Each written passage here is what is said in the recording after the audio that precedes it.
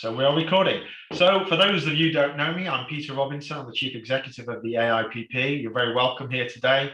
For those of you who've been on these before, you'll know the format. We present some information either on our own account or we bring in experts to present information and share with you. There's no cost to that.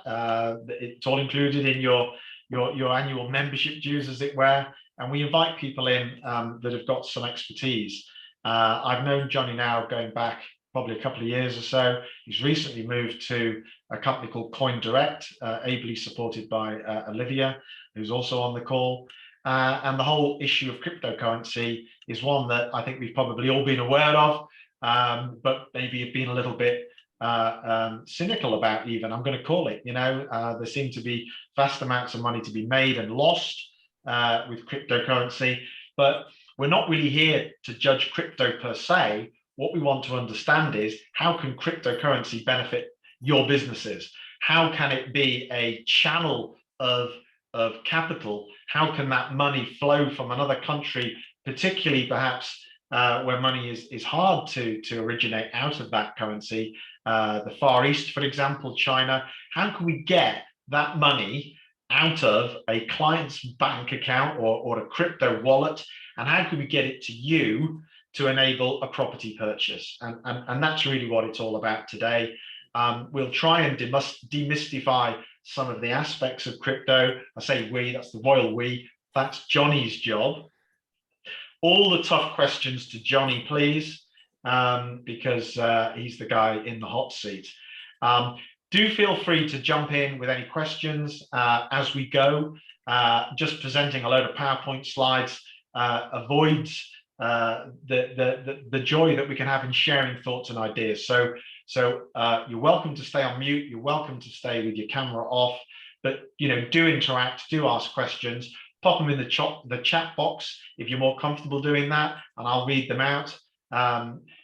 Last and without least, I've forgotten to mention my wife, Claire, who's in the box there to me. Many of you know Claire. She supports the organization in lots of ways. So I better just give her a bit of a name check. So guys, if you're happy, Johnny, if you're ready. Just one quick question. You're muted, Claire. Oh, no, you're not. Yes, you are. I'm shouting at your speaker. I've just been checking my inbox and my junk mail, and I just wanted to ask a quick question of Cheryl Finley Brewer. I've just found Simon's registration in my junk mail. Oh, where's Cheryl gone? Cheryl's on the screen. Cheryl's on the screen. So I wasn't sure whether you could send Simon's on as well. Is Simon's he there? on. Ah, brilliant. Okay. Simon and Michelle. Oh, he's there. Brilliant. Okay. That's great. Lovely. Cool. Sorry, Simon. You were Johnny, do you want to share your screen just so we can, because it just takes a moment to get that up. There we go. Look at that. How slick was that? Okay, guys. Johnny, it's over to you. Please proceed. Thank you very much, Peter and Claire. So you've already mentioned a bit of the housekeeping in terms of questions, and I was going to say ask the questions at the end, but absolutely it will be good for the dialogue if you want to just put your hand up and ask any questions, and Peter can manage that process. I've spoken to quite a few people today already, and there's definitely some people out there that are worse for wear that were watching the football yesterday, and some hoarse voices on some client calls that I've had, but you'll be glad to hear that I'm as fresh as a daisy and fully focused for the session today. So just moving forward, a little bit of background about me. Here we go. Oh, hold on. We're jumping. Here we go. Okay. A little bit of background about me. So I've been in foreign exchange for about 20 years in international payments, and have built out partnership teams and business development teams at sort of three of the largest currency brokers. So HIFX, that's now XE, Moneycorp, and then Currencies Direct. Hold on, there we go. That's the right slide. Okay. So why cryptocurrency? After 20 years in foreign exchange, the foreign exchange market hasn't really moved on so much in technology. And like definitely COVID has brought a period of reflection for people, and certainly their careers and what they're doing. And I wanted to get into a much more exciting environment. And cryptocurrency is definitely something that everybody wants to talk about. Lots of people have got some strong opinions about it. But in terms of technology that sits behind cryptocurrency, so blockchain technology, what it can do for payments is incredible. And fundamentally, it can help the most sort of needy within the emerging market currencies, the unbanked, also to be able to make payments around the world and not be penalized for coming from those emerging market countries and basically being charged like 10% and having to wait, you know, a week or so to make a transfer.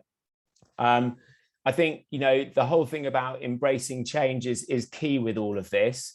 When I moved from the foreign exchange world into the crypto world, I remember speaking to a guy that owns a financial services company, really successful, like cross-border financial services company that help expats and deal in like tax and pension transfer. And he's actually retiring, and he's like, there's a management buyout, selling his business. He basically just said that he's like terrified of cryptocurrencies. But unfortunately, they're here to stay. There's so many massive institutions now that you know, that have taken on cryptocurrencies, and the young are embracing it. Like my kids are doing projects on cryptocurrencies at school. My daughter does economics. They talk about cryptocurrencies all the time. So it's here to stay. We might as well embrace that change and learn how to use that technology to benefit our businesses, and also to help our clients, enable them to do things that they couldn't do with like legacy technology and legacy like rails that are used in the past. And the new markets that it can bring. So I know particularly in the property world, a lot of people, if they could, would sell to Southeast Asia, would sell to the Indian market, the Russian market. I know, like, you know, there's a lot of people buying in these countries anyway, but they can find it very, very difficult to move the money out of their country. And I'll talk about some solutions that we have for these markets and what we're doing in these markets at the moment. I also wanted to say, just to kind of go back over the questions that were like advertised for this session. And so Peter touched on these. So, you know, what is crypto? What is cryptocurrency? Is it secure? What are the benefits? And these are all things that I'm going to be covering. But what I'm not going to be covering is the speculative nature of cryptocurrency. So, you know, like Bitcoin and how you can buy and sell cryptocurrency and make a huge amount of profit, and also what is going on with Bitcoin. They're things that I'm not gonna be discussing today. So, who are we? Who's CoinDirect? So, ostensibly, we're a crypto exchange. The business started in 2017. And we've grown very, very quickly off the back of the huge surge in popularity of cryptocurrencies. I think in January this year, we took on another 50,000 new clients. In February, another 60,000. We've got 324, it says there, active users. And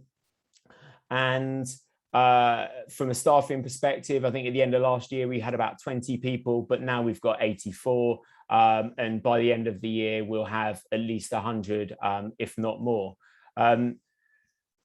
What we do as a business, though, is not just provide the peer-to-peer cryptocurrency network, but we're all about using our tech stack and our technology solutions to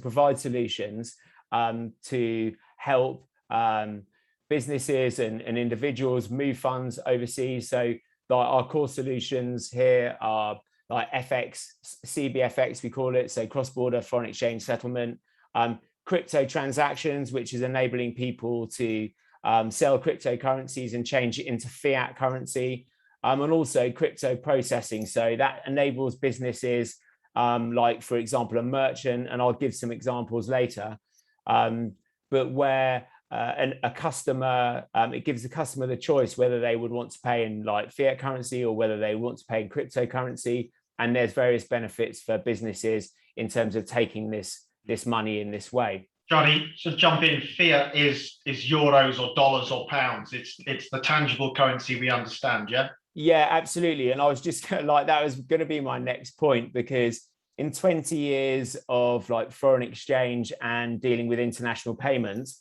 I don't think I ever used that word once. But because now we like live in a digital age, it's something that like it's the word which differentiates obviously normal currency, traditional currency that we know, to the like digital currencies of today. So thank you for pointing that out. But yeah, fiat is a word that within our business we use like all the time, and everyone's talking about fiat currencies or digital currencies. And it's fair to say that, you know, we're a hugely ambitious business, and are growing like very, very quickly indeed. So Johnny, I've got another question. Go on. So I'm going to be awkward. Active users, 324,000. Yeah. So are those people? I mean, where are they based in geographies around the world? Are they people that buy property? You know, we've got people on the call that are interested in people with money that want to buy property. Yeah, so they'll be based all over the world, and there'll be people that are accessing our crypto exchange. So basically buying and selling cryptocurrencies on our crypto exchange. So either peer-to-peer between themselves via our exchange, or actually purchasing the currency through our exchange, because we sell like 40 plus cryptocurrencies ourselves. Okay, we need to make a mental note, and maybe Olivia could follow this up with us. You know, if they're looking for reassurance about good agents to deal with and properties to buy, on the Alliance of International Property Owners, our members' properties are listed. So maybe there's something we can talk about whereby all this money that's moving around the world between your users might find a home, a happy home, through a purchase through one of our members. But we'll leave that for another day. No, I mean, it's a valid point. And ultimately, there's like hundreds of thousands of people out there that have made enormous profits through buying cryptocurrencies, and like when they want to diversify their portfolios, property for most people is something that is going to be very in the forefront of their mind. So it's all relevant. Yeah, and they want to reward themselves with a nice holiday home or retirement property somewhere pleasant. Well, yeah, absolutely. And as you'll see later, I've given examples of where some developers are marketing or straight marketing in cryptocurrency as well to clients. So we'll discuss that in a short while. Okay, so moving forward, what is cryptocurrency? Here we go. There might be an issue, Johnny, with your signal, the strength of your signal. That slide's not loading. Yeah, no, that's fine. So there's other ways that I can do that. So here we go. Okay, so there you go. That's better. Yeah, no, that's fine. Now I know that. I'll just use a scroll method to move through it. Okay, so what is cryptocurrency? So the best description would be peer-to-peer digital cash system. So if you want to look at your leisure and get various different sort of descriptions, then the way I've learned a lot of this and being and moving from like the foreign exchange background into like cryptocurrency is like anything else from YouTube. So like websites and like 99 Bitcoins give like fantastic explanations of like on anything to do with cryptocurrency and blockchain, and then all of the different coins and networks. But ultimately, its decentralized nature comes from blockchain technology, which sits behind it. So Bitcoin, it's best known and was it's the best known cryptocurrency and one of the first digital currencies to use peer-to-peer technology, which enables it to facilitate instant payments. The independent individuals and companies that own the governing computing power, and everyone's heard of like Bitcoin miners, they're in charge of the processing of the transactions on the blockchain, and basically they're motivated by rewards, and that's the release of new Bitcoin and transaction fees paid in Bitcoin. And these miners themselves, they can be thought of as like a decentralized authority, which is enforcing the credibility of Bitcoin and the Bitcoin network. So new Bitcoins are released to the miners at a fixed price, but the key to this is that they're released at a periodically declining rate. And so the scarcity around Bitcoin is where it's getting its value from. So there are only 21 million Bitcoin that can be mined in total. And as of last month, there are over 18 million Bitcoin in existence. So there's less than 3 million Bitcoin left to be mined. So kind of like 90 or close to 90% of Bitcoin has already been mined, is in circulation. Can I ask a question there? Yeah. I mean, what's to stop them creating more? I mean, they're saying it's limited just now. What's to stop, 121 million's been mined, as it were. What's to stop them saying, oh, well, there's another 10 million available or something?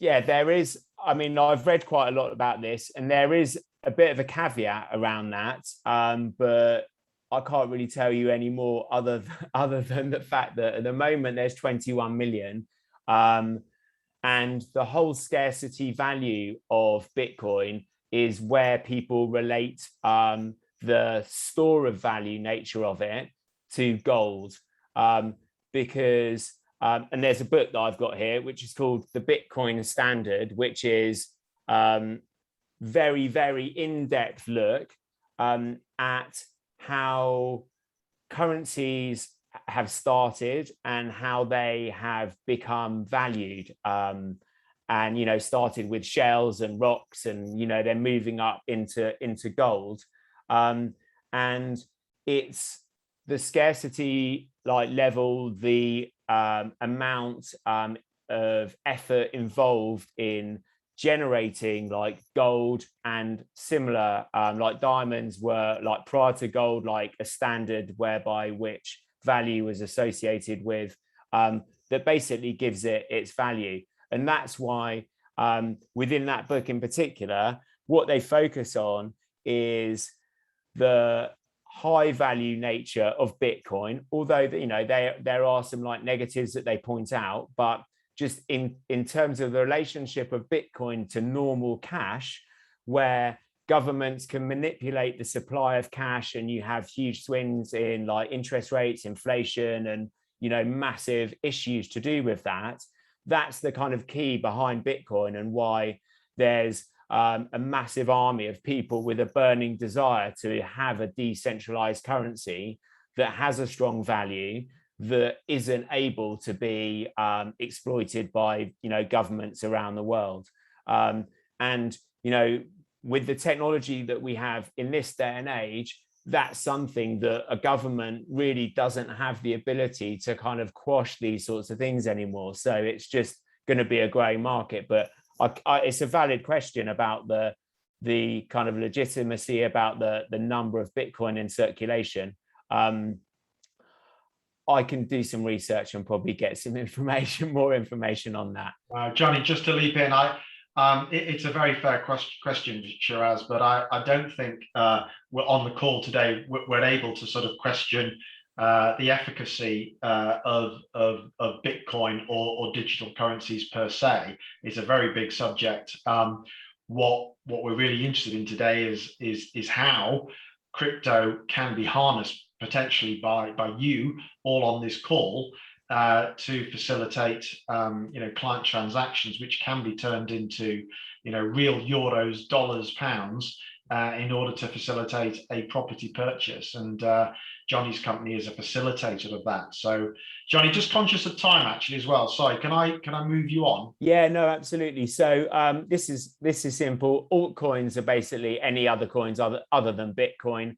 And then you have stable coins, which basically they're key to our business and how we use stable coins to like back transactions.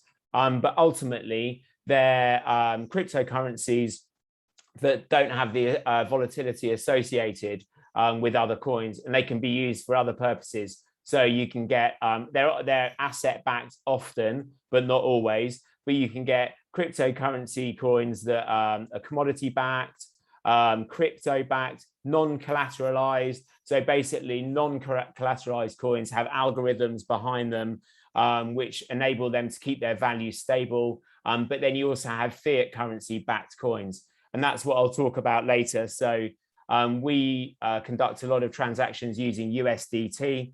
USDT is pegged to the US dollar one for one. So it's used a lot in transactions where you're converting fiat currency into fiat currency with a middle leg in cryptocurrency. And the reason why you use it is because then you don't get any slippage in the transaction. Slow slippage would be that while you're actually conducting a transaction, if you are using a really volatile coin, then there could be like a discrepancy between the quote that you were given and the actual rate that you ended up getting. So you don't get that with stable cryptocurrency coins. Okay, so moving on. There we go. What is blockchain?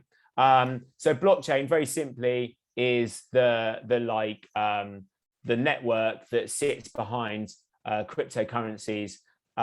Essentially, it's the platform that Satoshi Nakamoto, so he's the fictitious character or group of characters behind Bitcoin, and he designed this to be able to support the Bitcoin network. So there are other alternatives now. So you have Ethereum. Essentially, Ethereum uses blockchain technology, but it basically has its own computer programming language to go with it. To support the blockchain, you need to have the following, or these 5 elements. So you need a peer-to-peer network. So that's basically lots of computers that are equally privileged, that have equally privileged capacity. In the blockchain, these are called nodes, and basically they can talk to each other and they can create the blocks themselves. You need cryptography as well. So that's the art of secure messaging in a hostile environment. So that whole security, the immutableness of the technology is key. You need a consensus algorithm, which are basically rules. So these are rules that denote that the computers need to have basically proof of work and display the complex mathematical equations which earn them the right to create the next record in the blockchain.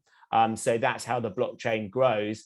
And then you also need a kind of system of punishment and reward. So you basically need to ensure that it's in everyone's best interest to follow the rules. And with this, a new coin is given when the problem is solved and the record is created. And so that's how the chain grows. Finally, you need obviously market adoption, otherwise you don't have anything. On the regulatory side of things, so it's very difficult to get regulated in this marketplace. And we're one of like 85 companies that are FCA authorized to provide crypto asset services. So this is under the 5th Money Laundering Directive. At the moment, it's a temporary regime because the FCA haven't like got round to making it like or finalizing it, and that's been sort of deferred to next year now. But we have to abide by all the same rules that foreign exchange, like brokers, people doing money transfer have to abide by. So joint money laundering, steering group, like financial action task force standards. One of the things that people don't, or they might assume that it's really difficult to ascertain where cryptocurrency or where Bitcoin has come from and who has bought and sold Bitcoin, but there's lots of software out there. So Chainalysis is an example, and Chainalysis is anti-money laundering software that we use as a business, where we can actually break down the ownership of Bitcoin and cryptocurrencies, see who bought them, who sold them. So if anything, probably we have to adhere to equal measures of regulation and like KYC, anti-money laundering, as any other market. Consequently, though, because of blockchain and the way that it builds records, it's not adopted, or like certainly not to the same extent, by criminals that work in the cash world or foreign exchange world, currency world. So it's a major benefit, but obviously there's a big crackdown on cryptocurrency. People are talking about Binance and things like that, and ultimately, like anything, businesses need to get their house in order, and they need to abide by all the rules and be as regulated and as they possibly can do in everything that they do. And like the main players are obviously pushing for regulation as much as they possibly can do in all of these areas. So crypto versus traditional cross-border payment flow. So key benefit to blockchain can be seen like in this sort of flow of funds, and in terms of like how fast and how cheap it is to conduct transactions. So in the traditional flow on the left-hand side, there's basically a duality of clearing that happens every time funds go to a bank. So this needs to be done when basically you're transferring funds, and also via intermediary banks as well. Then you've got Swift network, and some of these legacy networks like ACH in the US, which is very slow and clunky. And it just means that transactions are expensive and they take a long time. I used to do lots of business, foreign exchange business in Saudi Arabia. And generally speaking, every transaction from Saudi Arabia goes through an intermediary bank. So it doesn't matter if there's a problem with like an IT breakdown at the actual sending bank. If there's a problem at the intermediary bank, which there was on a few occasions, then basically funds are stopped and held for like a week or longer. And because the problem isn't with the actual sending bank, it's with another bank within the chain, it means that no one can like get anything done, and people can't solve problems. In terms of like blockchain technology, you don't have any of that. So the blockchain works in the way it works, and I've described it. Ultimately, transactions and payments, they're instantaneous, and there's negligible like sort of error, and yeah, it like funds are settled quickly and very cheaply. But the key to this is that it enables like all of these unbanked people living in Southeast Asia, like Africa, India, to be able to send funds. Currently, they might be charged like 10%. The World Bank has said that this is like a priority for them for the next 10 years to do something significant to reduce fees for the poorest people. Ultimately, they're the ones that end up paying the most for these transactions, and it's disgraceful, really. So I'm glad that like technology is one thing that will change that more than anything else. So going on to real estate in particular, which is what we're all here to talk about today, really. So it'd be really interesting to hear from you like later on, or if you've got questions about whether you get asked by clients whether they can pay for money in cryptocurrency, or whether you're talking to potential clients that are based in countries where there's exchange controls and it's difficult to get their money out of those countries. But there exist crypto real estate exchanges, and I'll show you an example of that in a second. Developers obviously often look to markets where there's a huge amount of wealth, certainly in China, next to sort of education. Then key focus for the Chinese is to invest in property, and where possible to move as much funds out of the country as possible. So golden visas, I think it's £2 million investment in the UK. I think someone said that it had been reduced in Spain. I think it's like 500,000 now. But you'll always have a lot of people with wealth and legitimate wealth. That's the key. Like their funds are legitimate, but the country that they're in prohibits them from moving those easily overseas. The same applies to resale properties. And there's so much unlocked potential here. It'd be good to understand whether this is like a big frustration for you with clients, or whether it's something that you don't get asked about that much. In terms of like, Johnny, sorry, just to go back a slide. The third bullet point down under benefits for you: generate a new revenue stream for your business. On behalf of everyone here, how do they earn a clip on the ticket, as it were, from working with CoinDirect? Is there something different there beyond the usual FX relationships? Or so yeah, we would work in exactly the same way as we would as a foreign exchange company would, and no doubt many people that are attending this have a foreign exchange partner. Yeah. Okay. So in exact, it'll be like percentage of net profit.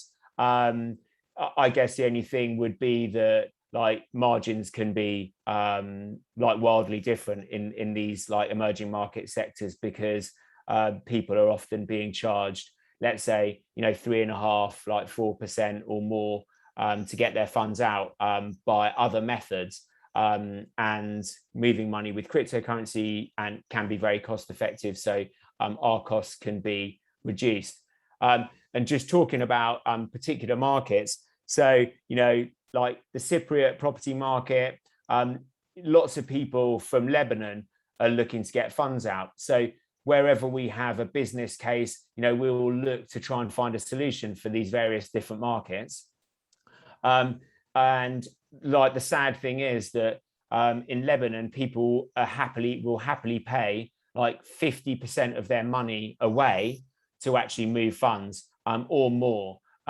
So like we'd look to make we'd look for solutions in as many of these like countries as possible. So where we work with partners is where they've got potential flow. We can look at trying to put in relationships within those countries to help create a solution to get money out. And cryptocurrency is a great vehicle for doing this. And I'll explain in the next slide like how we manage or how we do it. It's very simple. So the main product that I wanted to discuss with you is CBFX. So it's like cross-border foreign exchange transactions. So we work in country with partners that we have vetted. So basically, a client would send their local funds to our partner. That partner will exchange their local funds. So if it's China, it would be CNY into USDT. And then we take the USDT and settle it into euros or sterling or US dollars. The two legs on this transactions, they're called like an on-ramp and an off-ramp. So you basically on-ramp into USDT from the local currency. And there's a small premium for that, depending on the country and like the price of USDT at the time. And then you off-ramp into the settlement currency, which is the currency that the client wants the funds to go into. So if they're buying a property in Europe, euros or sterling or US dollars. And we settle the payments into virtual accounts that we have with our FCA regulated banking partner.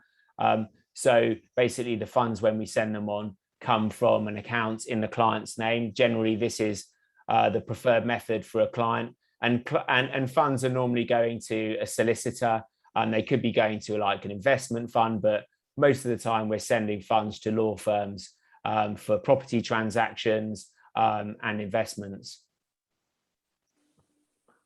In terms of the speed of transactions, from like China to settle in euros would take about 24 hours or less. Sometimes we can do it same day, and that's because half of the leg is in cryptocurrency, which speeds up the whole process. There's an awful lot of people in China with cryptocurrency that they want to use direct to buy property, and if they wanted to settle in cryptocurrency, if they wanted to pay in cryptocurrency and settle in fiat currency, then transactions can take around about 5 to 7 hours to go through. So there's a huge advantage in speed and pricing, and the whole process is like a concierge service that we provide for the client. So generally we would work with the partner in terms of onboarding the client, because we would need full KYC for the client, translated documents, etc., which generally people will have if they work within these markets anyway, and source of funds, etc. So, it's legitimate funds that they're moving out, but they're prohibited to do that easily by the nature of the country that they live in. Johnny, just to interject for one moment. Yeah. On behalf of the members on the call, is there a logo or a statement or something that they can put on their website or use in their marketing that says, yes, we're crypto friendly, we can handle your crypto payments through our partner CoinDirect? Do you have some kind of something, a logo, that? We can definitely provide that. It's just an idea, like a TripAdvisor badge for a restaurant or something like that. That makes a lot of sense, doesn't it? So if a foreign national, is perusing our members' websites, it's something we can look at for the Alliance site as well.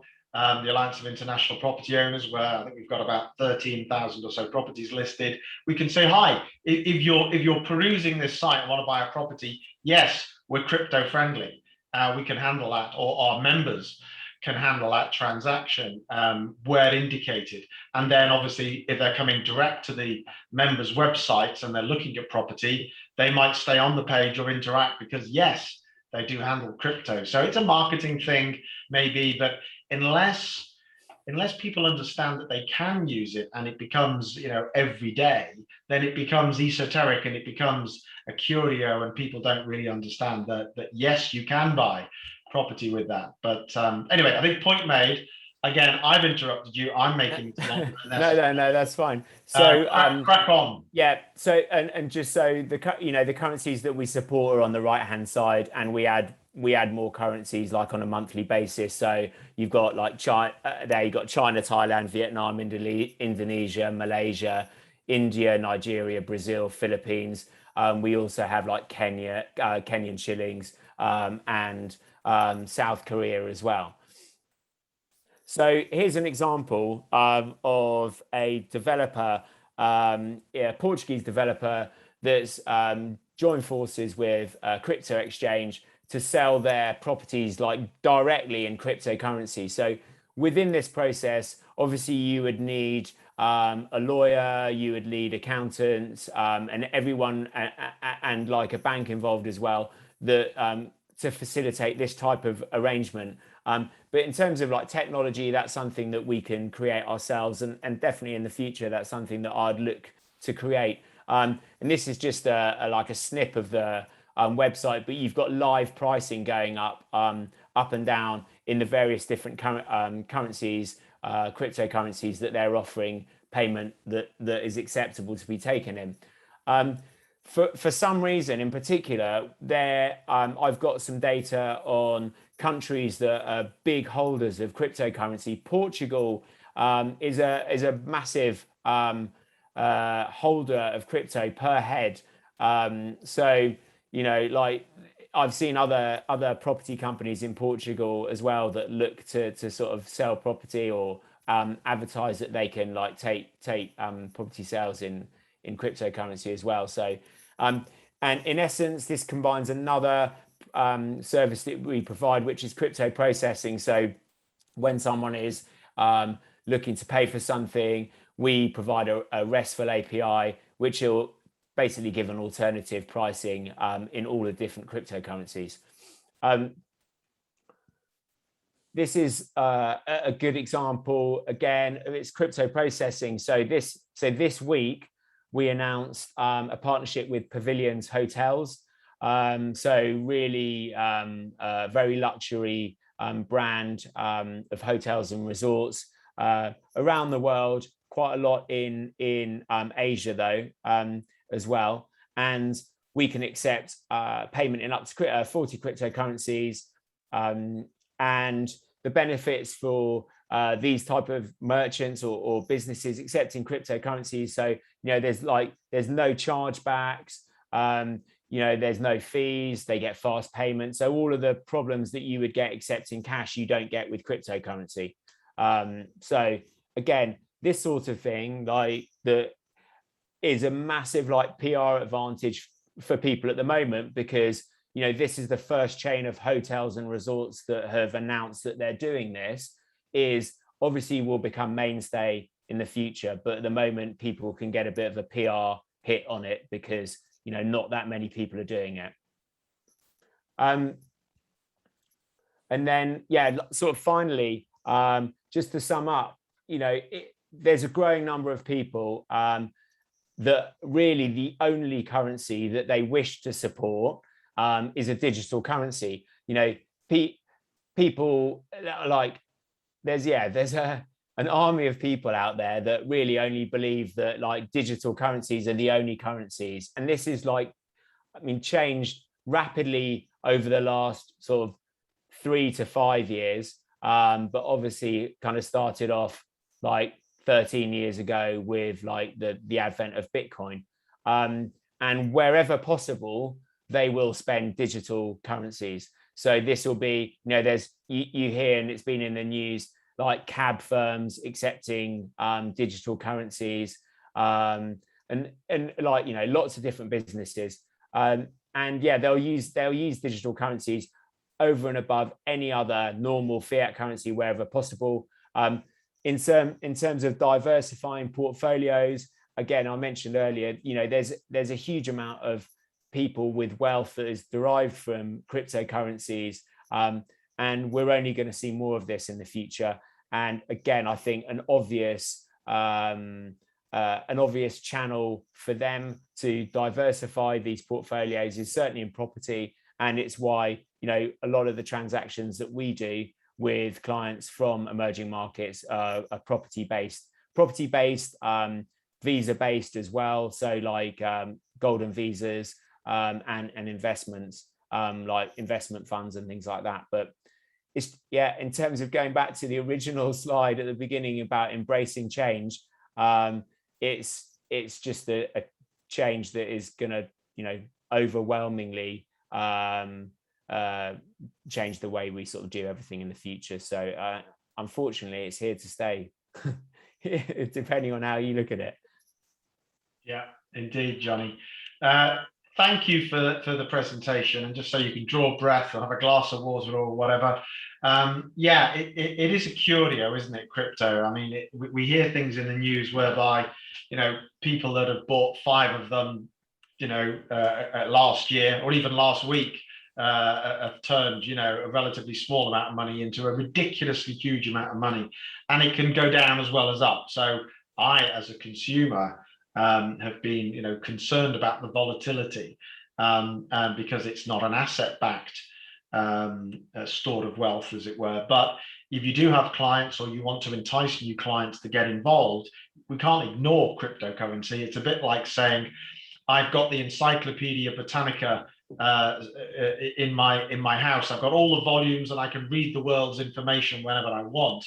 But hey, Google's out there and you can get it by just saying, hey Siri, tell me, or hi Alexa, tell me. So it is out there, and we can't deny it. Are there any questions for Johnny from any of you out there? Are we bamboozled? No, Linda, please go ahead.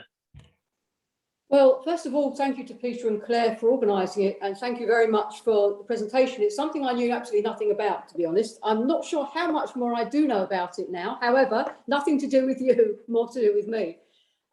But what I'd like you to sort of talk me through and is, so let's say I've got a client. I sell property in Italy, mainly. I sell property in Italy. So I would have clients from all over the world that might want to buy. Let's say I've got a US client, and he's obviously going to have US dollars, and he wants to buy, but he wants to buy. If he hasn't got cryptocurrency, how does it work? So he just heard of it, and he was like, well, actually, Linda, I want to buy this house for £200,000, euros, whatever it is, and I want to do it by cryptocurrency. What do you do? What would one do? What would I say to my client? Or would he have to have bought some first beforehand? So ultimately, yeah, like it would be easier if he held cryptocurrency, because there's not going to be much benefit to him just like buying crypto to sell to then like exchange that for a property. You would also need to kind of create a network where the funds are going to go to a solicitor. So the solicitor would need to be able to take cryptocurrency as well. So there would need to be like a framework that is set around that. I think ultimately the benefit is that people could advertise that they accept cryptocurrency if that's what they, you know, that they were happy to take, because they thought that would give them a wider audience. I think the kind of main point that I'm making in the presentation is, though, that through the use of cryptocurrency in the way I've explained as a method to get funds from emerging markets where there are exchange controls, where you can't move unlimited funds across border, but you can buy cryptocurrency. Like all the people that are in these countries, this is like, you know, daily news to them. They know that they can't send like £500,000 out of China, but there are ways that they can get the funds out, and our way is a very like tried and tested way, and that will also apply to like Russia and other markets. And again, could be Lebanon. There's like hundreds of property agents in Cyprus that would love to get funds out of Lebanon. So I think the main thing that I've been talking about is how we can help your clients if they are in China or Africa or India or Russia or Latin America, where they would normally find it really difficult to get funds out. We can help them get those funds out of that country and deliver you like euros that you would want. Yeah. So ultimately we're using cryptocurrency technology to move the money. But as far as you're concerned, you just get euros. And as far as the client's concerned, they just pay out in their local currency, whether it's like Thai baht or Vietnamese dong or whatever it is. So yeah, don't focus on cryptocurrency in its own right. I think more what we're doing as a business, and there are other elements to our business. So we're going to be doing a lot more with corporate clients in terms of products around custody and like other like ways that corporate clients that hold cryptocurrency can benefit from holding cryptocurrency, where you can get like, you know, big interest rates and things like that from lending cryptocurrency. So we'll have a whole like host of products around that market. But the solution that I like, my day-to-day solution, is really helping people from countries where they can't get their money out to basically either emigrate and invest in a country or to buy property. And literally it's like normal currency to normal currency. Crypto is just a bit in the middle. You'd be buying. So Mexico is an example. Mexico, yeah. Brazil. I sold to a Brazilian a couple of years ago, and we had all sorts of problems. Absolutely. I mean, it did go through, but it was a bit of a pain. So they would normally have the cryptocurrency already. So what you would put on your website is, you know, as Peter was saying, cryptocurrency friendly or something, or we dealing, you know, we can help you or whatever. So they would have those, and Hong Kong might be another, you know, Hong Kong, China is as you say, another example. So they would buy those first, and then the transaction would be, but then you'd have to make sure you had a solicitor who was you know, able to deal with cryptocurrency as well. So, and I don't suppose there are that many of those at the moment. So in that situation, we just sit between you and the client. So they would just give us cryptocurrency and we give you euros. Yeah. Bottom line is you don't have to worry about accepting cryptocurrency at all. No. Okay. But we're facilitating people either wanting to pay in cryptocurrency or like trying to move local funds, which they can't normally move. Mexico, Brazil are a great example because it's very difficult to get like local funds out of those countries in any quantity. And this is a route that enables people to do that. So basically, first buy at the right time. Of course, that's another thing, isn't it? So what the other things. So basically, what we don't do is get involved in any of that. We just say to clients, we can help you if you've got cryptocurrency. We can help you. Buy a property in Italy, France, Spain, or wherever it is. Okay. Yeah, absolutely. Because again, it's a good point you mentioned about buying at the right time. Like that is like completely irrelevant in this situation because all we're using is a stable cryptocurrency coin, USDT, to actually conduct the transaction. It's nothing to do with like what the price of the cryptocurrency is or anything like that. It's just a process that we use cryptocurrency as a vehicle. So. Yeah, I mean, to be honest, all we're doing is simplifying a situation which otherwise really like where someone couldn't actually probably buy a property easily and they'd have a massive nightmare getting the funds out. Okay, thank you very much. Yeah, thanks, Linda and Johnny, for that. I think there are so many aspects to this as you just highlighted.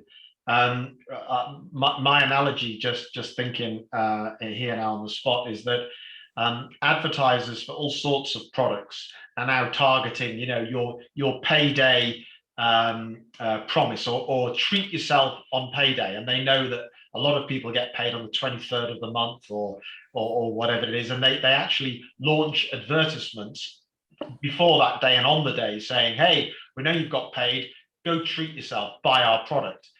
By analogy, what you've got is because Bitcoin is now more prevalent, it's more democratic. A lot of people, I know people that have got Bitcoins, and it's kind of saying to them, hey, well done, you've probably made some money out of Bitcoin. Why don't you treat yourself? And if you thought, a holiday home in the sun or an investment property was out of reach, it may not be, and you can actually cite that if you bought Bitcoin 2 years ago, you are now on average, quids in, an average 2-bed, 2-bath apartment in say Spain or Italy or somewhere is now half the price it might have cost you to pay in euros or pounds back then, and actually you're getting a discount of 50% in my example. So if you're cute with the marketing of it, you could turn this around to stimulate some of that cash to be transferred out of crypto through CoinDirect, through Johnny, not Johnny's personal bank account, but through CoinDirect and into your business bank account, or through the solicitor, through notary, to actually make a purchase. So get that crypto out of crypto, get it into property, into a tangible asset. The markets are volatile, and if people have made good money, they could be your new clients. Is there anyone else with another comment? I'm just conscious we're running up to the top of the hour. Any more questions or comments to make to Johnny? Everyone's bowled over by the opportunity. Okay, so look, we're going to keep it to the hour. This has been recorded. It will be available in the members login area. Thanks for Michelle for giving thanks to Johnny. Thank you, Olivia, for your support. And good luck out there with crypto, everyone. It is becoming safer and easier to do. Maybe you want to harness the opportunity. If so, I've been very impressed with Johnny as an individual that we've been trading with, doing some business with over the last couple of years. So give him a whirl. I think his details are in the chat box or on the presentation. Good evening. Have a good week. We'll do a little follow-up blog article. Actually, perhaps I can work with Olivia, and we'll put some of those points from Johnny's slides into a blog article, which we can put in our on the AIPP site. So look out for it. Sounds great. I'll link it in the newsletter. Thanks, everyone. Have a good evening. Thanks, Johnny and Olivia, Thanks, thanks. Thank you. Thanks, guys. Bye-bye. Cheers. Thanks, Johnny. Thanks.